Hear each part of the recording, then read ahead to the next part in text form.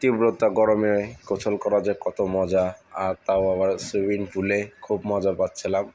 তা আমার ছেলেটা এই যে ঝাঁপাচ্ছিল খুব, দেখেন ডিগবাজিটা কীভাবে মারে, আরে সর্বনাশ।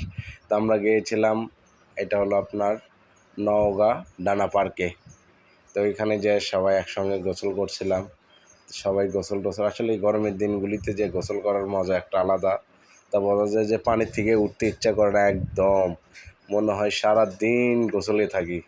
তারপরে আবার আছে ঝর্ণা সেট করা, এই যে সব ছেলে মেয়ে সবাই একসঙ্গে এখানে গোসল হচ্ছে এবং লাফালাফি হচ্ছে।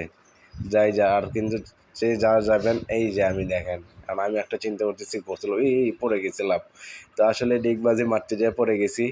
তো ভালোই লাগছে, যাই হোক গোসলটা সারাদিন চলছে অনেক বেলা পর্যন্ত। এই দেখেন কেমনে ডিগবাজি দেয়, এরকম একসময় আমিও ছোটোবেলায় এরকম করে দিছি। তো আজকে আমার ছেলে দিচ্ছে, তো আমি দেখতেছি। তো আসলে শরীর ভারী হয়ে গেলে অনেক কিছু করা অসম্ভব হয়ে যায়, তা আমরা বুঝতে পারি।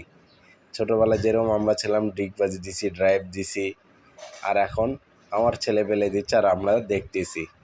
তো আসলে ভিডিওটা ভালো লাগবে, দেখবেন।